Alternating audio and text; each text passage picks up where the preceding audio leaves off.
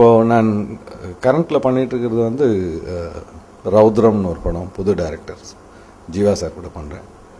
அப்புறம் மிஸ்கின் சார் கூட ஒரு படம் பண்ணுறேங்க, யுத்தம் செய்யின்ட்டு. ஒரு எக்ஸலண்ட் கேரக்டர் அதில். அது ஆல்மோஸ்ட் நியரிங் கம்ப்ளீஷன், ஃபினிஷ் பண்ணிகிட்ருக்கோம், போஸ்ட் ப்ரொடக்ஷன் நடந்துகிட்டு இருக்குது. ஐ திங்க் வெகு விரைவில் நாங்கள் அதில் உங்களை சந்திப்போம். இது இல்லாமல் புது டைரக்டர்ஸ் மூலயமா சகாக்கள்னு ஒரு படம் பண்ணிகிட்ருக்குறோம். அப்புறம் சௌத்ரி சாரோட இன்னொரு படம் பிள்ளையார் தெரு கடைசி வீடுன்ட்டு. இதெல்லாம் நான் ஃபினிஷ் பண்ண படங்கள். அடுத்தது தேட்டருக்கு ரொம்ப சீக்கிரம் வரக்கூடிய லெவலில் இருக்குது. இப்போ புதுசாக வந்து சேரன் சார் ப்ரொடக்ஷன் திருப்பி ஆரம்பிச்சிருக்கிறாங்க, முரண் ஒரு படம். அதில் மேபி இந்த மந்த் எண்டுலேருந்து நாங்கள் ஷூட்டிங் போனேன். அவங்க ஷூட்டிங் ஆரம்பிச்சிட்டாங்க. என்னோடய ஒர்க்கு இந்த மாத கடைசியிலேருந்து நான் சார் கூட ஜாயின் பண்ணுவேன்னு நினைக்கிறேன். திரும்ப புது டைரக்டர் ராஜன் அப்படின்ட்டு தான் பண்ணுறாங்க அதை. ஸோ அந்த படம் இதெல்லாம் இப்போ லைனப்பில் இருக்குது.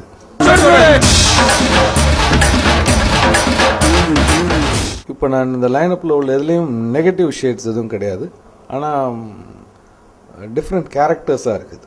ஒன்றுத்தில் அப்பாவாக இருப்போம், ஒன்றுத்தில் டாக்டராக இருப்போம், ஒன்றுத்தில் ஒரு பிஸ்னஸ் மேனாக இருக்கிறோம்.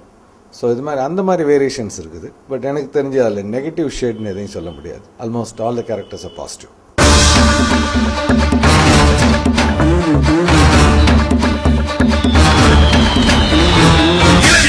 எந்த பாகுபாடும் கிடையாது. வில்லனாக பண்ணக்கூடாது, இல்லை காமெடி பண்ணக்கூடாது.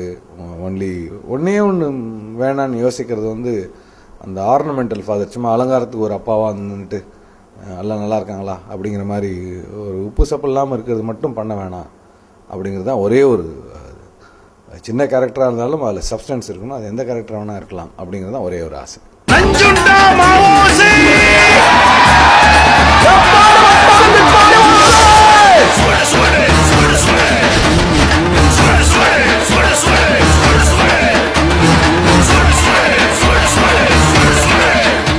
எனக்கு அந்த ப்ரொடியூஸ் பண்ணும்போது அந்த டைரக்டர் நான் பண்ணால் நல்லாயிருக்கும்னு ஃபீல் பண்ணார்கள் மட்டும் அதை யோசிக்கலாம். தவிர நான் ப்ரொடியூஸ் பண்ணுறதுனால நடிக்கணுங்கிற எண்ணம் கண்டிப்பாக வராது.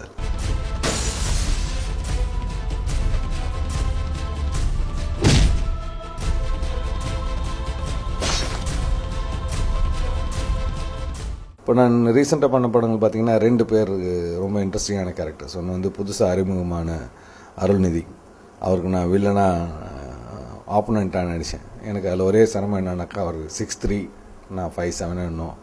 அதனால் அவர் அண்ணாந்து பார்த்தே தான் நான் முறைச்சிக்கிட்டு இருக்கணும். அது வம்சத்தில் அந்த மாதிரி அந்த நெகட்டிவ் கேரக்டர் பண்ணேன். இந்த சைடு வந்தீங்கன்னா அப்படியே ஒரு நல்ல தகப்பனார் அப்படிங்கிற மாதிரி, நான் மகன் அல்ல, கார்த்திக் சார் கூட ஒர்க் பண்ணது. It's an excellent experience. Feel good, very pleasant. அந்த மாதிரி விஷயங்கள் வார்த்தைகள் சொல்லணுன்னாக்கா அந்த ஷூட்டிங் நான் சொல்லலாம். It is very comfortable to work with him. எந்த விதத்துலேயும் அவருக்கு அந்த ஏர் கிடையாது, நம்ம பெரிய ஹீரோ அப்படிங்கிறதெல்லாம். ஸோ எங்களுக்கு அந்த பார்க்குற ஆடியன்ஸ் கேட்டாங்க, ரொம்ப அழகாக இருக்கிறீங்க சார், ஒரு அப்பா பிள்ளையா ரொம்ப அந்யோன்யமாக இருக்குன்னு. கிட்டத்தட்ட பார்த்தா என் பையனோட கொஞ்சம் வயசு ஜாஸ்தி அவருக்கு, அது இல்லை. இப்போ அதனால் எனக்கு வந்து அவர் பார்த்தா ஒரு சன்னாக பார்க்குறதுல எனக்கு ஒரு எந்த விதமான கஷ்டமே இருக்காது, ரொம்ப சந்தோஷமாக இருக்கும். அதான் அவ்வளோ லட்சமான ஒரு பிள்ளையாக இருக்கிறார். ஸோ அவர் கூட ஒர்க் பண்ணது வந்து ஒரு ஃபென்டாஸ்டிக் எக்ஸ்பீரியன்ஸ். இன்றைக்கி வந்து யங்ஸ்டர்ஸ் வந்து என்னை பார்த்து சொல்லும்போது அது இன்னும் கொஞ்சம் பெருமையாக இருக்குது. Uncle, you look like real cool dad, you are looking very nice, we love you as a dad அப்படின்லாம்.